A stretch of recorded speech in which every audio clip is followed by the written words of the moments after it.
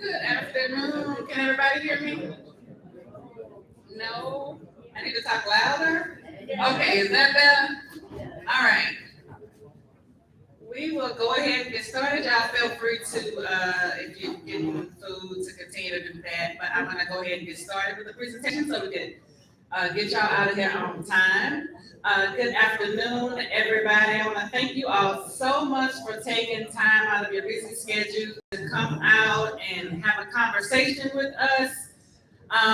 The reason that we are here this afternoon is really to give you all an opportunity to get more insight into an opportunity that the state has through the Climate Pollution Reduction Grant, which is a $3 million planning grant. And I'll go into all the details about the program through the different slides that I have here. So just giving agenda of what to expect during the time that we have. Of course, we'll do introduction. We'll give you an overview of the current Louisiana Climate Action Plan. Then we will give you some details about the opportunity that's presenting itself to us now through the Climate Pollution Reduction Grant. And then we'll break out and do some more targeted conversations with you all to get feedback from you about some preliminary thoughts that the state has as far as where we want to go, and see where there are intersections with y'all's ideas for the area and what you all want to coordinate and prioritize. So hosts, I am Lakeisha Hart. I am the state planning manager. My office is within the Division of Administration, Office of Planning and Budget, and my primary role is to facilitate collaboration across large-scale planning activities at the state level, one, but also at the regional and local level. And so this is, this particular grant, this planning grant, is an opportunity for my office to coordinate with other state agencies and also you all local constituents. I live in Baton Rouge. I have lived in Houma and lived in Thibodeau for a little while, so I'm homegrown. And the what I love about this is I get to be able to help people make connections with state agencies where sometimes there have been disconnects, but also get to get out of my office a lot and just talk to people. And so that's what I'm excited about today. And also Isabel Englehart, she is with the Governor's Office of Coastal Activity. So my office and her office are partnering on this effort. The Governor's Office of Coastal Activity is the office that actually implemented the current Louisiana Climate Action Plan. And so it's just ideal for us to work together to do this particular planning effort. I'm standing in front of okay, just a touch, sorry. And so the objectives, we want to be able to, like I said, discuss past and current planning activities in the climate space in Louisiana.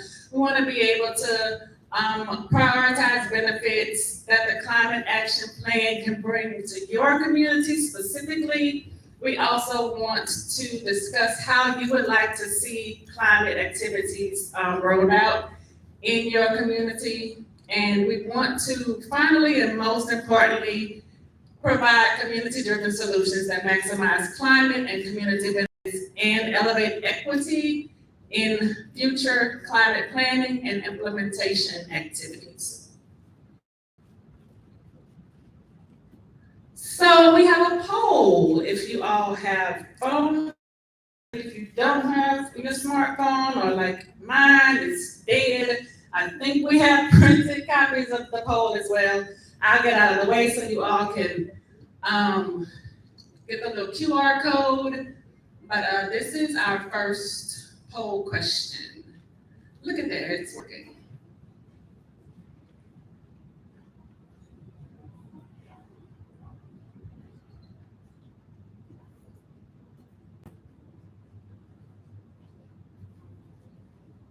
Okay, we see a little bit St. James Parish coming in. Most everybody is from other places outside of these three. If you need a printed copy, prefer to do a printed copy, raise your hand, we can pass one out to you. If you're having technical difficulties, raise your hand, we'll get, want a printed copy, ma'am? Okay, somebody at the front table wants a printed copy, you. Also help you get to the side of it. Yes, so you take a picture of the little QR code with your phone, it should link you directly to the poll. So I'm gonna give y'all a few minutes to get that done. You don't have to do it again either. Once you do it, you're good to go on the same. Yep.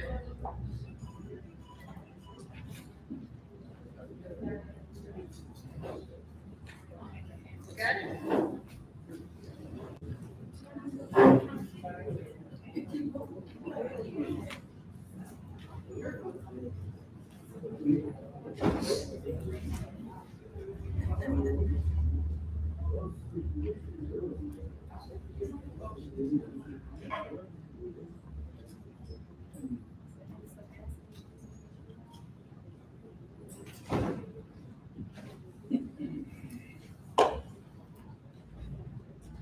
Looks like other is so far number one, we got St. James Parish coming in at number two, St. Charles number three, and nobody from St. John the Baptist just popped up on there. All right, I'm gonna give y'all a couple of more minutes. Everybody, yes. Take your time, I should have got some music playing.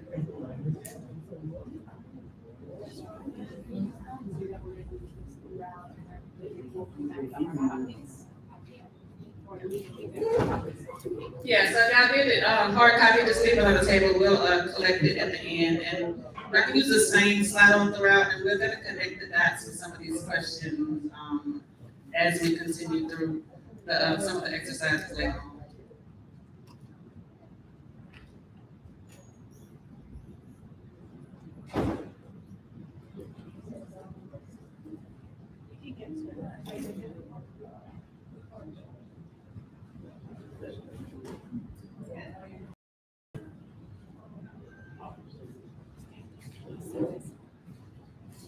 This was the hard part. That's it.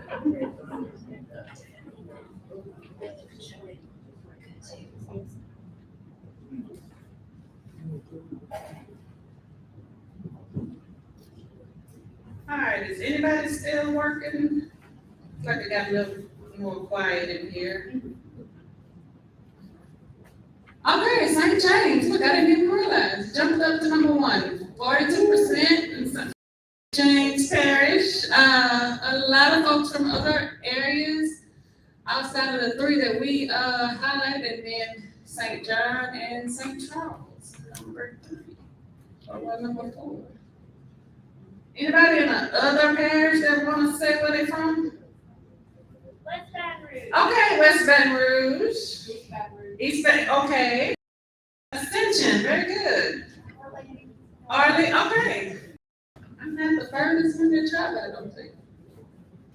All right, we're going on to the next poll. All right, now this one, where do you work? So how many of us travel outside of the parish we live in to work is this question.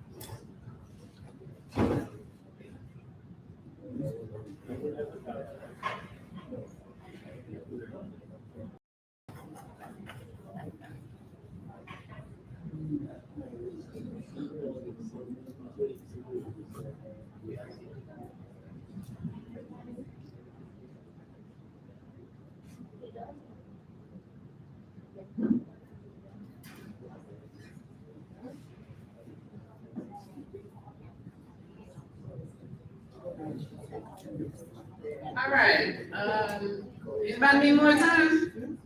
Retired in the parish. You retired in the past? Yes, if you retired and before retirement, congratulations to those that are.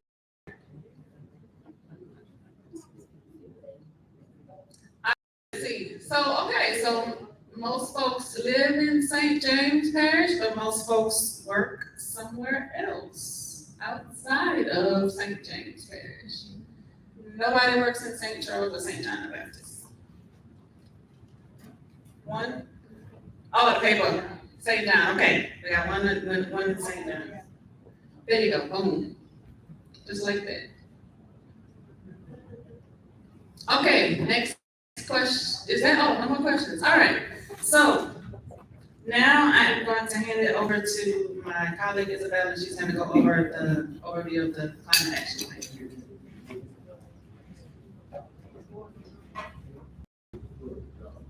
Thank you very much. Keep your phones and this website pulled up. We're gonna come back and use it again a couple more times throughout the presentation, so keep that easy access. Like Lakeisha said, my name is Isabel Engelhardt. I'm a policy advisor in the Governor's Office of Coastal Activities, working really closely with Lakeisha on this planning effort. And since we're talking about climate planning, we wanted to just give a really brief overview of what Louisiana's climate action plan is and what the planning base and that foundation is that we're really building on here. So in 2020, Governor John Bel Edwards signed an executive order outlining these 3 goals for reducing greenhouse gas emissions in Louisiana. And he also created the Climate Initiatives Task Force, which was a body created to create a plan with recommendations of how the state could achieve those goals. So we had those end goals. What was our starting point? So the first thing we had to do was create and look at what Louisiana's emissions profile is currently. And this is really informative because if you can kind of see here, if you look at most places in the United States, transportation is the largest source of emissions, followed very closely behind by electric power. But in Louisiana, the industrial sector is far and away our largest contributor to greenhouse gas emissions. So the path that we take to reducing greenhouse gas emissions is going to be different than what any other state is doing, and that had to inform the plan that we had going forward. So we had our end goal and we had our starting point. How do we get there? And these are the fundamental objective categories that the Climate Initiatives Task Force created and included in the Climate Action Plan. These were the guiding principles in developing that plan and are carried over into implementation of that plan. So there is obviously, the objective to reduce greenhouse gas emissions, that's obvious. But there are also these other objectives, like improving health and quality of life, strengthening the economy, adapting to climate change, and some other ones. So with those objectives in mind, with our goals in sight, the task force, over a 15-month period, held 49 public meetings that included sector-specific committees and advisory groups, and took all of that feedback and came up with the Louisiana Climate Action Plan that was published in 2022, which was the first state climate plan in the Deep South. And it outlines 8 portfolio sections, 26 carbon reduction strategies, 84 specific actions, and really emphasizes 3 key pillars to get us to those goals. And that's renewable electricity generation, industrial electrification, and industrial fuel switching to low and no carbon hydrogen. And I think that the graphic that can best explain sort of where these pillars come from is this one right here. And I know some of you in the back, this might be difficult to see, but this is our roadmap for getting from our business as usual, from our current emissions, which is that black line across the middle there, to zero emissions by 2050. You can see that it takes kind of a lot of different sectors and different approaches. That's what all those different colors are. But what is going to have the biggest impact are really those 3 blue pieces at the top there, and those correspond with those 3 pillars. The other thing that I think is important to take away from this graphic is that we have a lot of work to do. The plan is there. We have the roadmap that will get us to those goals. but it requires aggressive implementation. And that implementation is what my office and what our planning team has been working on a lot, and the task force has been working on a lot since this plan was published, and it's really why we're here today, to understand sort of what that path looks like in practice. All right, phones out, everybody. We're back to this. So this next question is, how familiar were you with the state's climate action plan before the meeting? And I know that was an insanely quick overview, so if you weren't familiar at all, you're probably still not very familiar, but there are also, the action plan is published online. We'll have a link at the end of this presentation of how to get that, and there are more resources to learn more about it if that's of interest.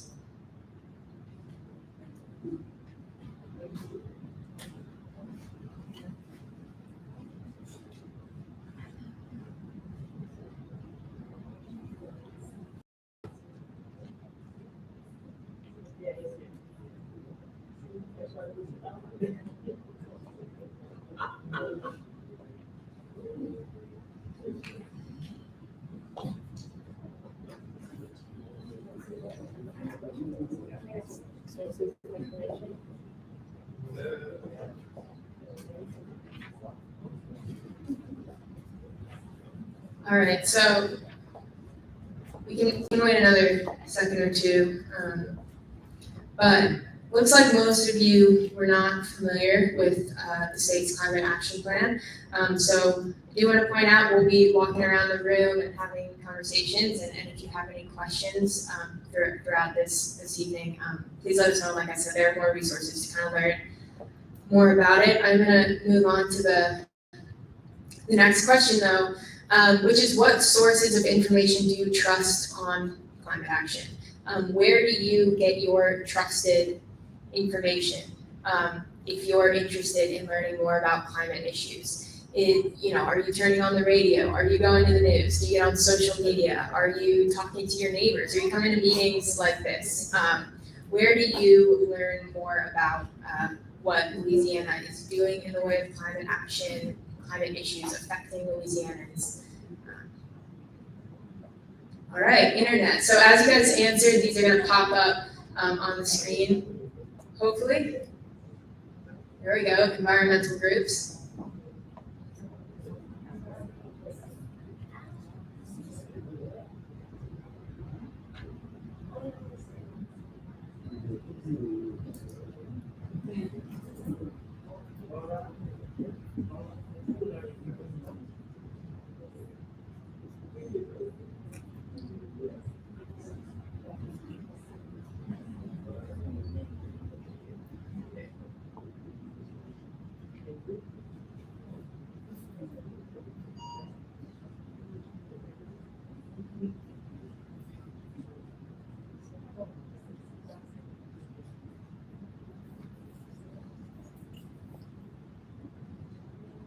This is great. So looks like mostly environmental groups, and there are a few groups called out here. It looks like we have some local ones, as well as EPA and some larger kind of national resources.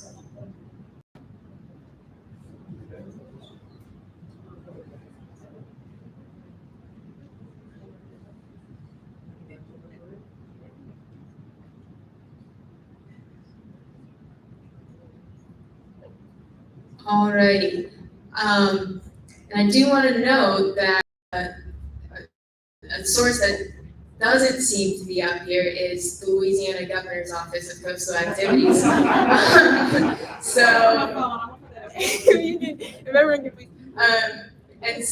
I guess that's a good lead into our next question, which is, how can the state improve its communication around climate?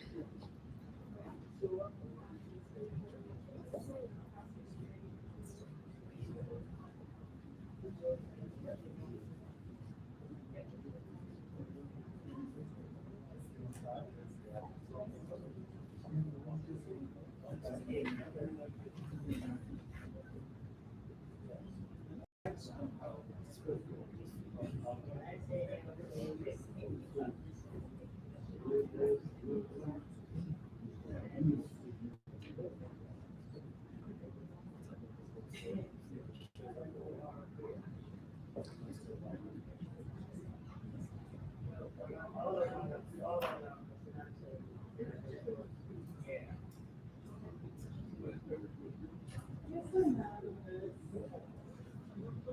yeah, these are all completely anonymous, by the way. So you can, I don't know if that would change your answer or not. But it is anonymous, and also I want to point out that, on any of these, we have this option, and I think that this is helpful for us all to sort of communicate throughout the meeting, but if you do think of something that, maybe you wanted to point out as a way that the state could improve its communication on climate, after we move on to the next slide, feel free to still write it down on a hard copy, and we'll still collect those at the end.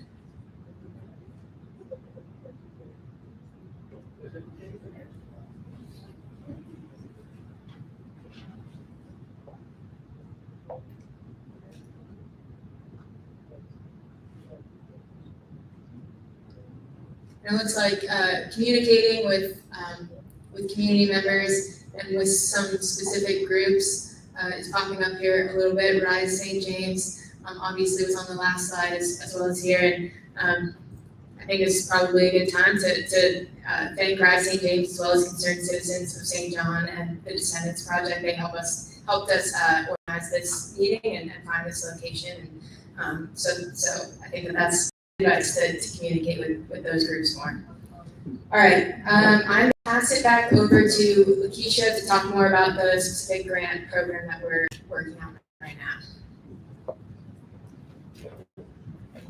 Thanks, Isabel. So the climate pollution reduction grant, a two-tiered grant, and so I'll go over in detail each stage of the program. The stage that we're working on now is the planning stage, and so basically EPA allowed every state and some tribal entities throughout the nation to have access to $3 million as in the form of a planning grant to do this kind of pollution reduction grant activity. And so the purpose of this really is, there are three specific deliverables. The first is a priority climate action plan, which really is a targeted, implementation ready planning effort where we target opportunities for measurable greenhouse gas reductions and things of that nature. I'll go into those in a lot more detail in future slides. So Louisiana, of course, said, yes, we're not going to turn down any money. We'll take it and we'll do the things that y'all need us to do. And so in addition to the states being able to access funding, MSAs of a certain size across the nation were also able to access $1 million in planning activities to work similar programming that the state and tribal entities are working, but at that lower municipal or multi-municipal level. And so that's stage one. So there's a planning effort where we have these deliverables that I'll go into. But then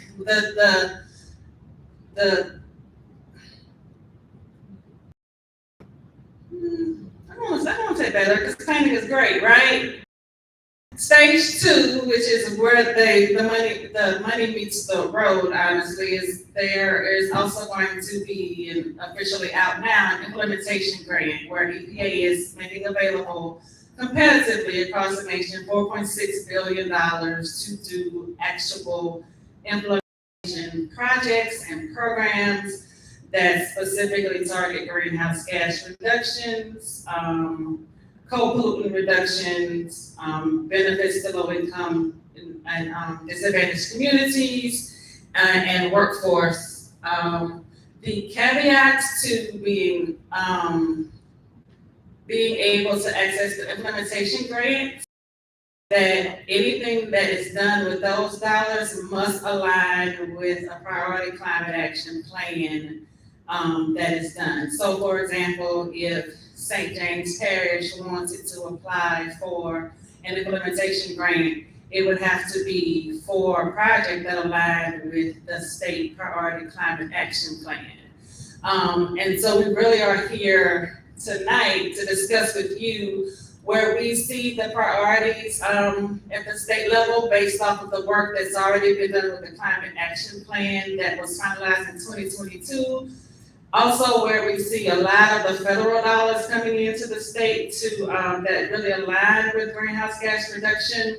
And then we want to be able to provide an opportunity to hear from you, and discuss how, those priorities perhaps connect with the efforts that you all have going on, and just see where there's alignment, and then even if, there are opportunities to discuss where there's misalignment, we want to just open up that line of communication. I will say this is our first, point of contact, definitely will not be our last, and so, with that, I'll go through the priorities according to EPA for this program. Is to tackle climate pollution by creating, good jobs and, lowering saving energy costs for families, accelerating work to address environmental injustice and empower community-driven solutions, as I said earlier, in overburdened neighborhoods, and, deliver clean air by reducing harmful pollutants in the places that we live, work, play, and go to school. So this graphic really just sets the stage. I think it aligns with what Isabel was talking about the three pillars, that the state is really targeting through this effort from the climate action plan, and this really depicts why. You can see greenhouse gas emissions in, picture form with these big, some small blue dots on this map. And as you can see, there is a particular hot spot, in this area. It is a fact, and it's a fact. And the fact is, if we don't begin to address some of these things, I have children, someday hope to have grandchildren and great-grandchildren. I want to be able to leave them something that they can be proud of, and that they can enjoy, and that, they can go out and breathe clean air and not worry about, sickness and all those things that come along with, high greenhouse gas, emissions. So, yeah. I think our target is to really look at where we can get the most bang for our buck. We know that's, industrial emissions. But the other thing that this, map points out is that that's not the only thing that is going to provide benefits across the state. And so just one point of, information on here, you'll see in the shaded areas, kind of in the northern part of the state, there is a particular matter, it's PM 2.5.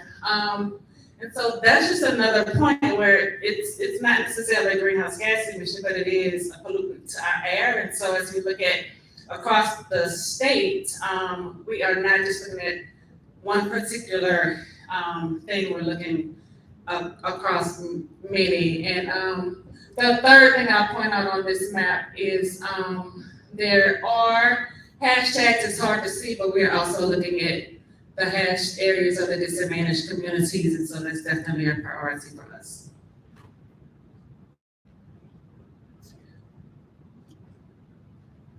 These are difficult to see, but they're just some other points of, information. There's carbon monoxide, emissions on the top in the blue. Nitrogen gas is over here to the top right.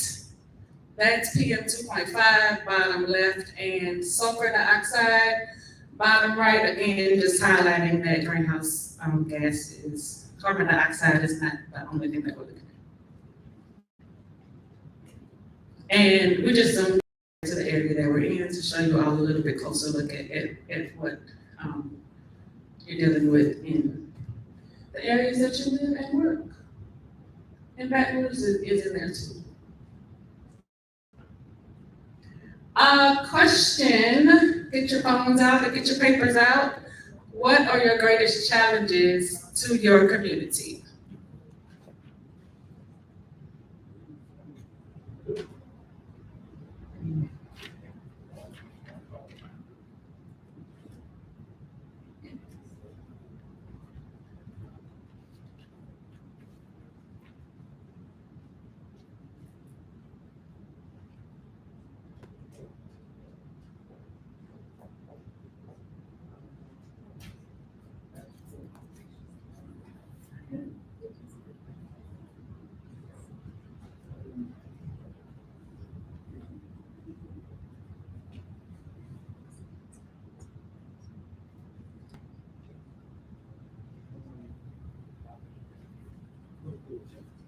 breathing clean air and drinking water, getting the community involved, local and state government valuing money over health and well-being of the residents, false solutions, high cancer rates, keeping schools open,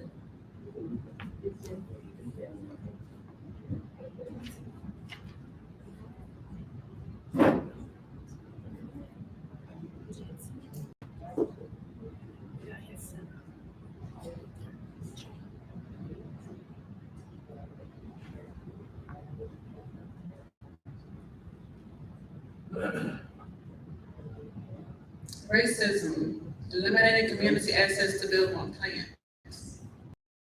And so I'm gonna give you all time to get your thoughts out.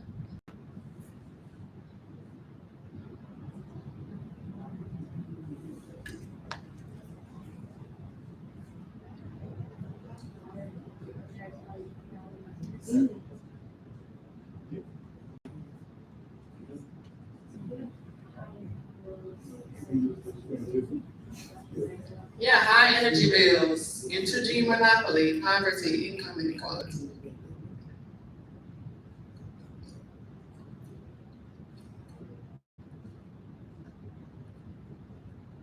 Protecting the community from false solutions like CCS and bringing clean green jobs and real investment in communities that have often been an afterthought.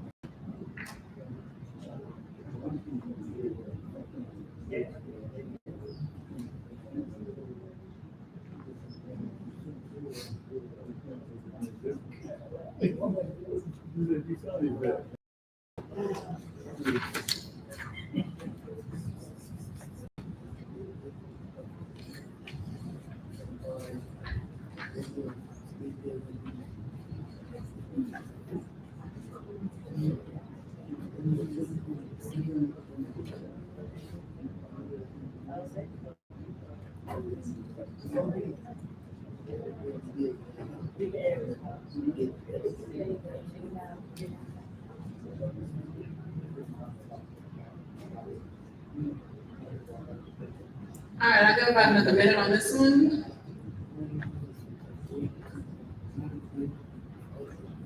Lack of disaster preparedness.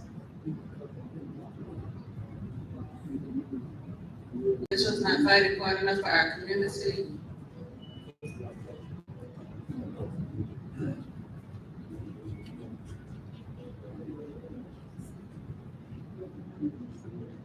So somewhere across the top of the moment ones, you see, we're seeing clean air, cancer, community, clean water.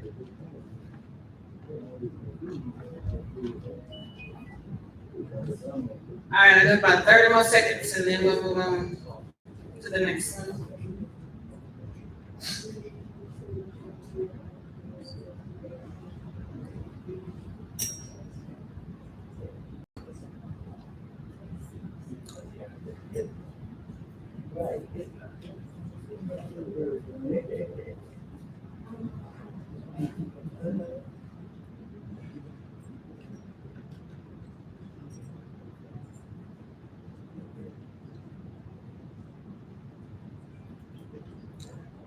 Five, four, three, two, one. One more person typing, I'll let you finish.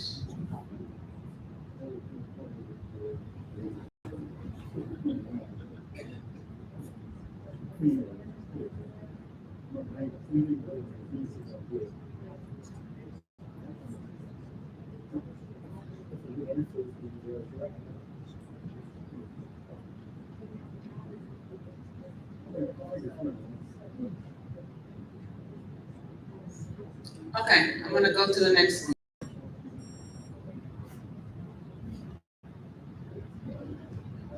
Okay, the next question is, what are the greatest opportunities for your communities?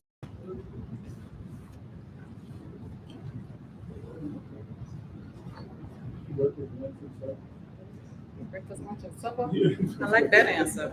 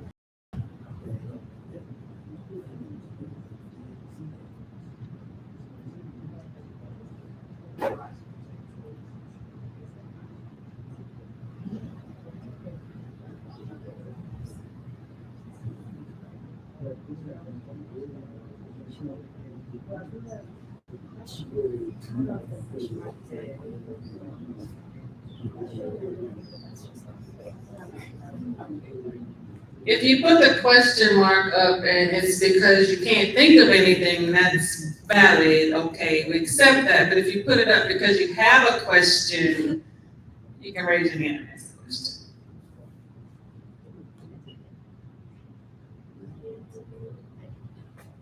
I'm sorry. Don't mind me.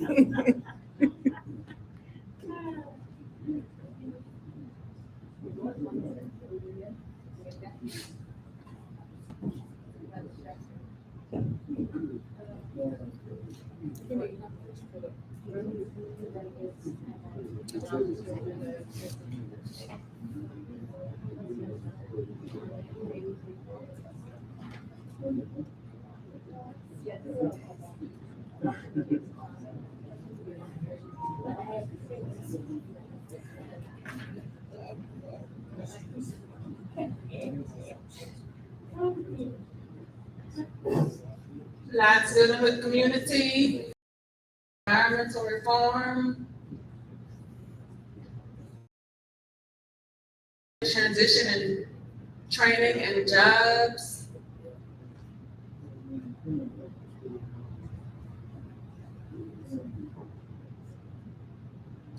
An open moratorium for all stakeholders and accountabilities for lack of representation on federal and state levels on environmental injustices.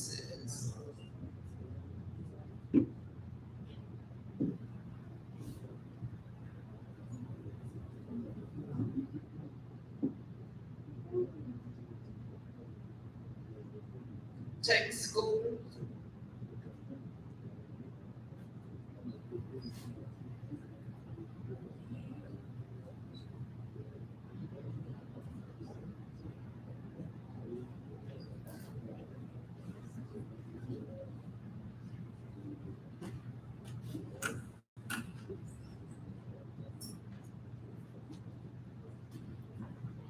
All right, we'll give, about 30 more seconds on this and then we'll go on to the next.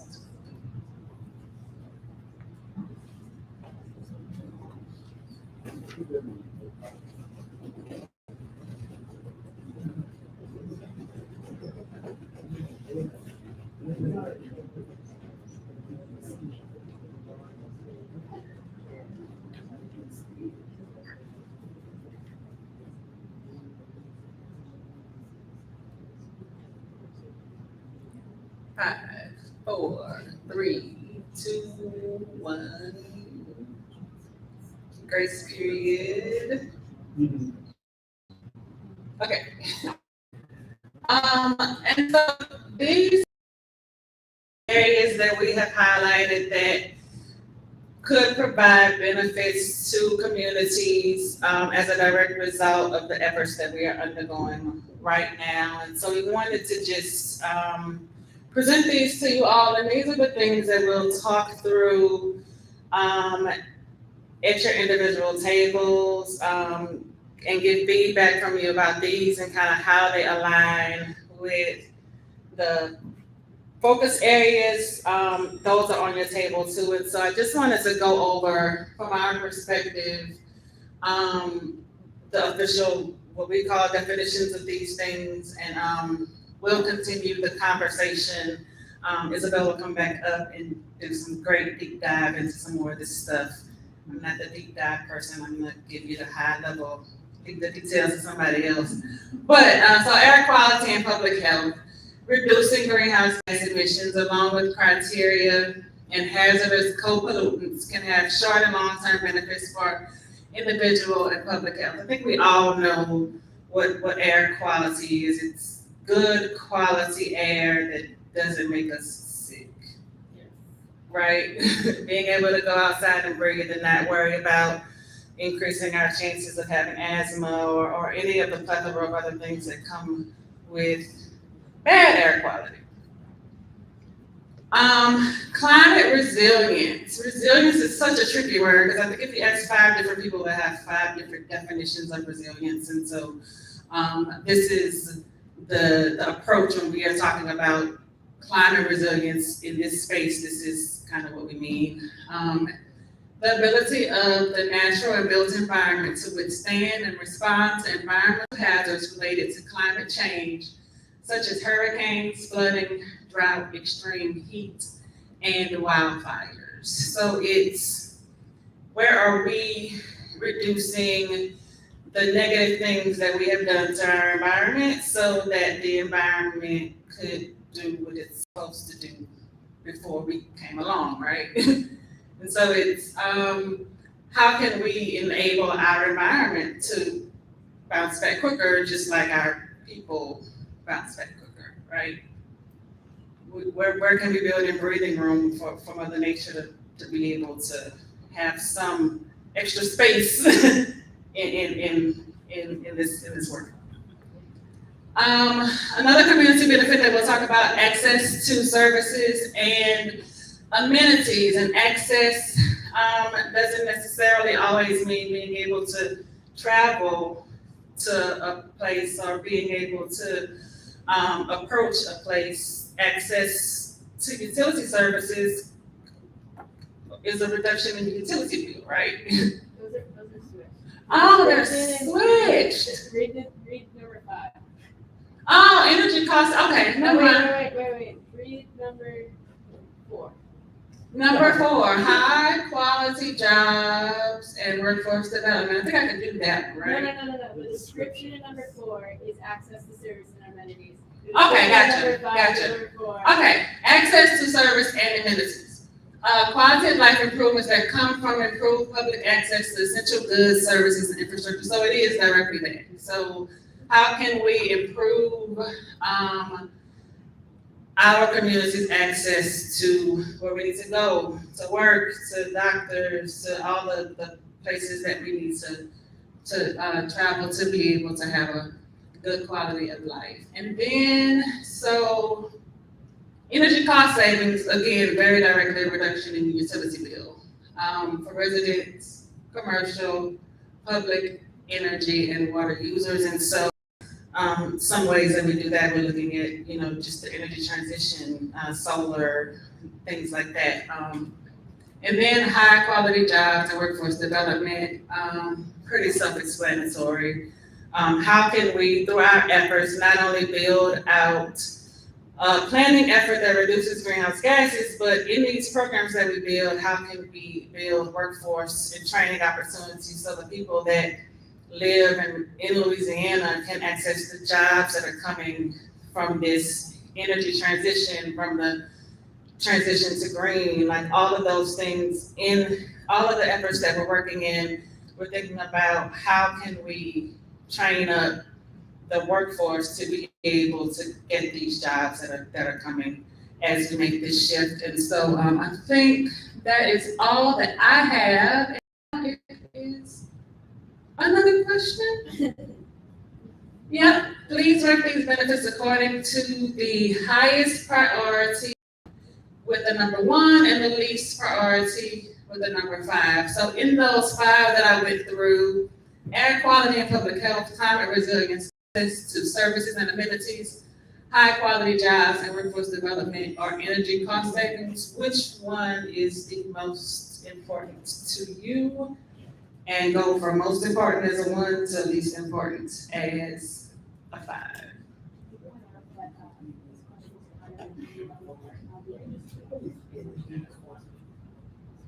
Yeah, and so on the printed survey, it's kind of duplicate questions, so it's really just that, the third question on the survey, well, the first one that has a bulleted list, so just answer in the paper copy.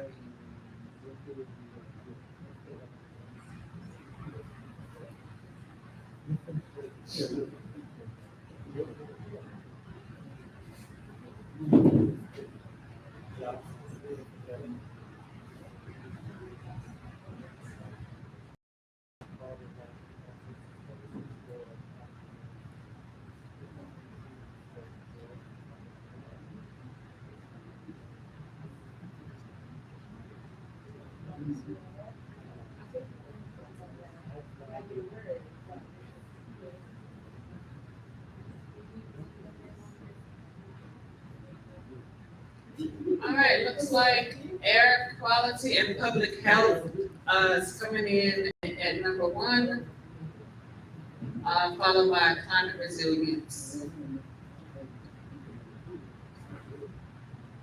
All right, we'll move on. There's one more question in this section, and that question is, are there any community benefits that are not on that list of 5? Like, what did we miss? So this is your opportunity to give us insight into other benefits that are valuable and meaningful to all that are not on that list of 1 to 5.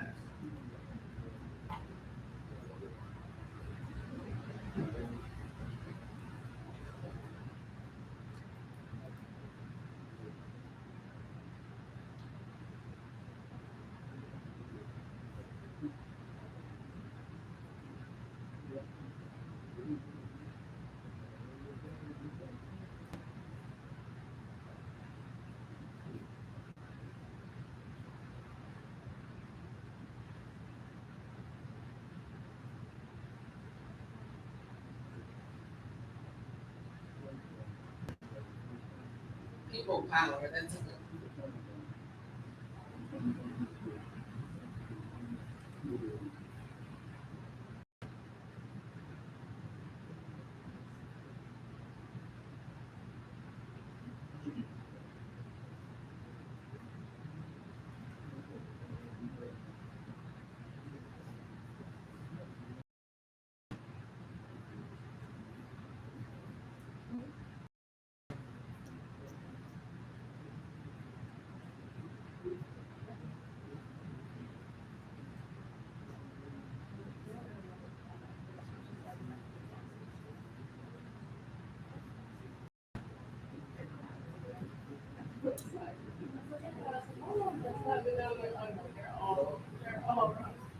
Oh my God.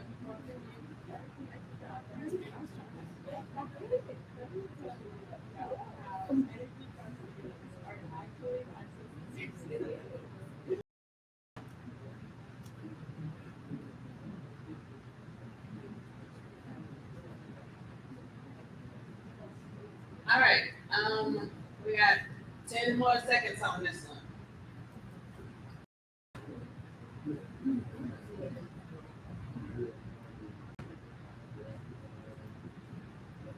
No displacement, community gardens, lowering property taxes. State is not requesting its 212 million IRA rebate dollars to allow low and moderate income families to gain 15,000. It's safe though, right? I'm sorry. People before profit pollution policies and planning. Okay, I am going to wrap this survey up. Thank you all. I think I am done, so y'all will not hear from me on this microphone anymore, but I will be participating in the activities. I hand it over for the last little parts to Isabel. Oh, the definitions are right on the handout.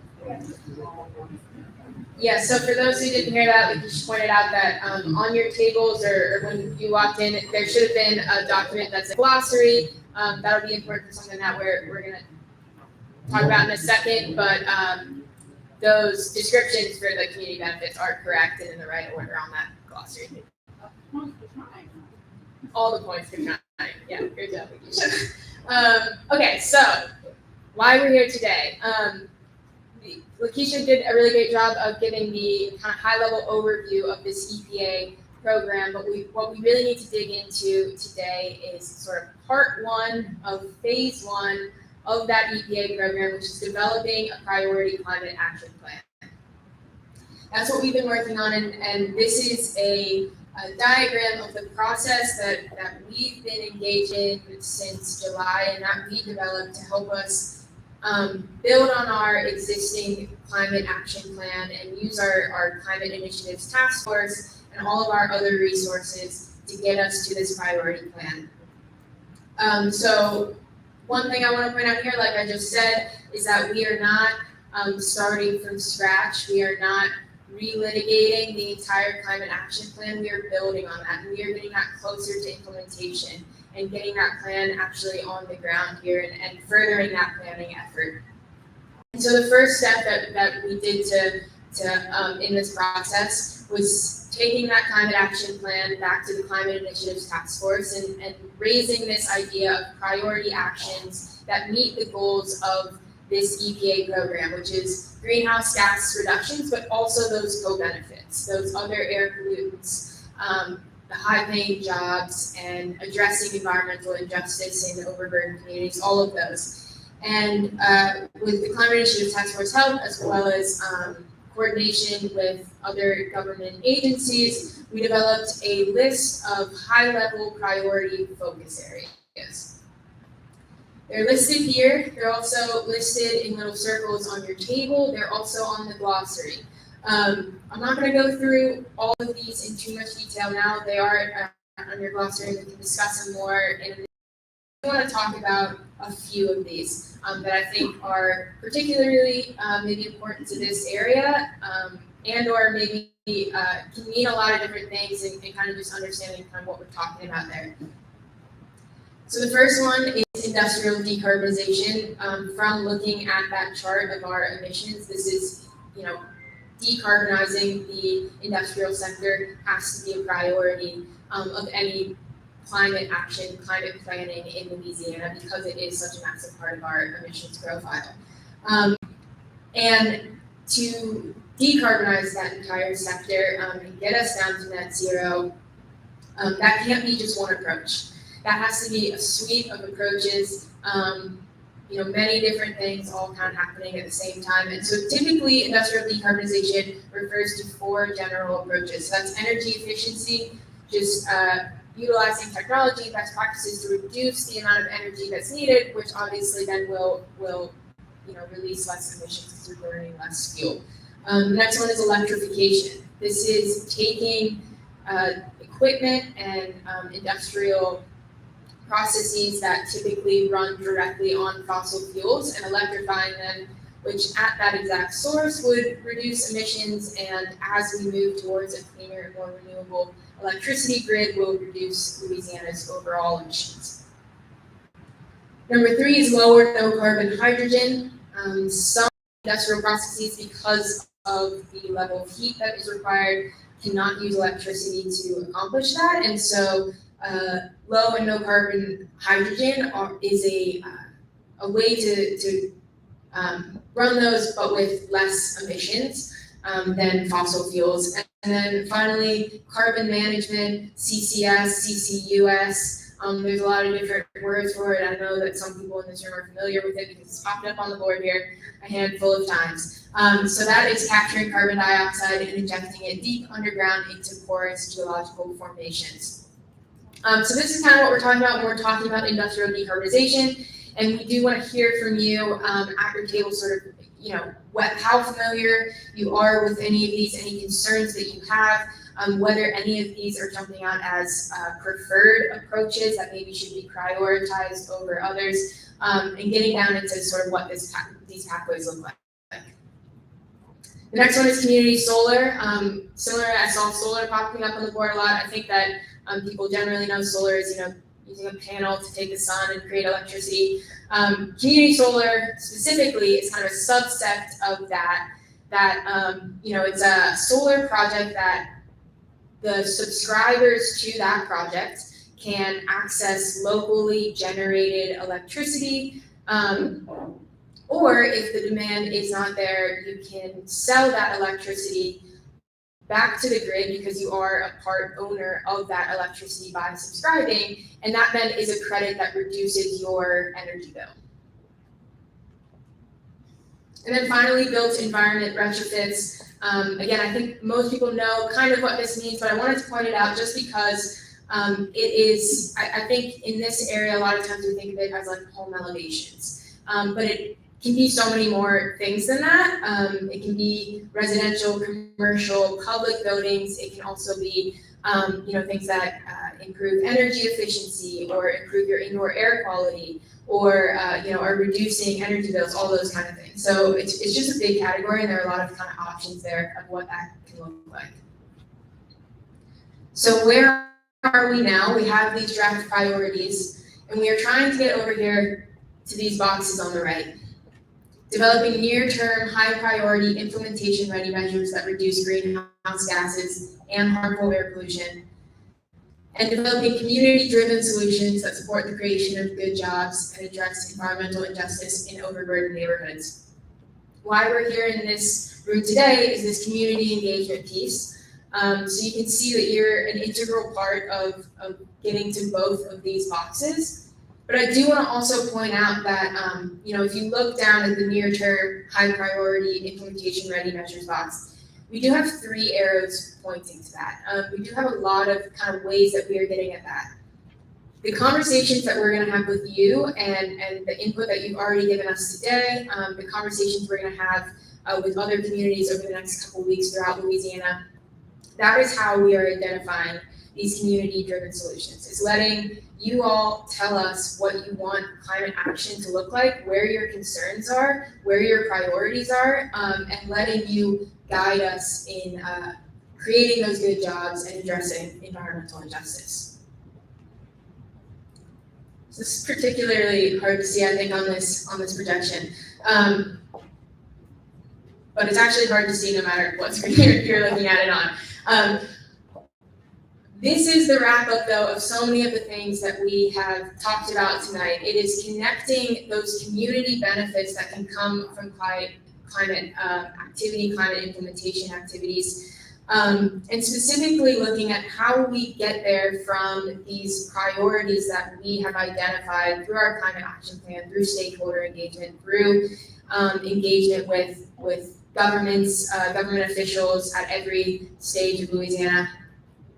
And I think that the main thing that we want to sort of take away from this diagram is that, if you look at any of these community benefits, they connect to several of these focus areas. And similarly, all of these focus areas, for the most part, most of these focus areas provide several different benefits. So there are many different ways that sort of community benefits come to your community. There are several different pathways looking at what does climate action in Louisiana look like that still aligns with state priorities, with community priorities. And so understanding better sort of where if we have limited funds, if we have limited time, where do we direct our attention first? And so I will give you just one example of that. I think that the number one community benefit that popped up based on your ranking was air quality and public health. I think the diagram that I showed earlier showed that the biggest bang for your buck as far as improving air quality is industrial decarbonization. But as we talked about a second ago, that can mean a lot of different things. And so understanding more about what that pathway looks like in your community. The other thing is that, industrial electrification, that can really reduce emissions at a facility. But you might not personally be super aware of, when a facility is switching out its equipment and electrifying things. And so we could go through all of this and you may never really see where those funds are landing in your neighborhood, even though that is the best way to maybe reduce the most or improve air quality the most. But if you look at another line from air quality to, say, building retrofits, that's something that you would see in your neighborhoods, maybe your homes, maybe your schools, your hospitals being retrofitted. It would do less to reduce the outdoor air quality, but it could really improve your indoor air quality, and it would be something that you engage with every day. We need to understand sort of better how we should prioritize those, or both of those are a priority. And again, there's so many pathways up there. There's a lot of discussions to be had. That's just one example. So with that, we are gonna end the presentation. Thank you, first of all, for bearing with us on both the presentation and the phones. That was really great. But what we're gonna do now is you can stay at your tables that you're at now. We may have a few if you move, but I think, can this table possibly move because you don't have an easel or a special paper? But we are going to break up. Our good friends and colleagues at Center for Planning Excellence are going to join you at your tables and sort of walk through some of these questions and understand better based on this presentation some of your concerns, some of your priorities, how you would like to see climate action implemented in your community through this program, and just how we can maximize community benefits and elevate equity through our planning processes and our implementation activities. Myself, Lakeisha, and also Charles Sutcliffe, who's Chief Resilience Officer of Louisiana, we will be moving around a little bit and kind of jumping between tables. Thank you also to everyone online. Hopefully you were able to maybe participate. I don't know if you were or not, but I think we're going to turn you off now. But thank you very much and have a good night.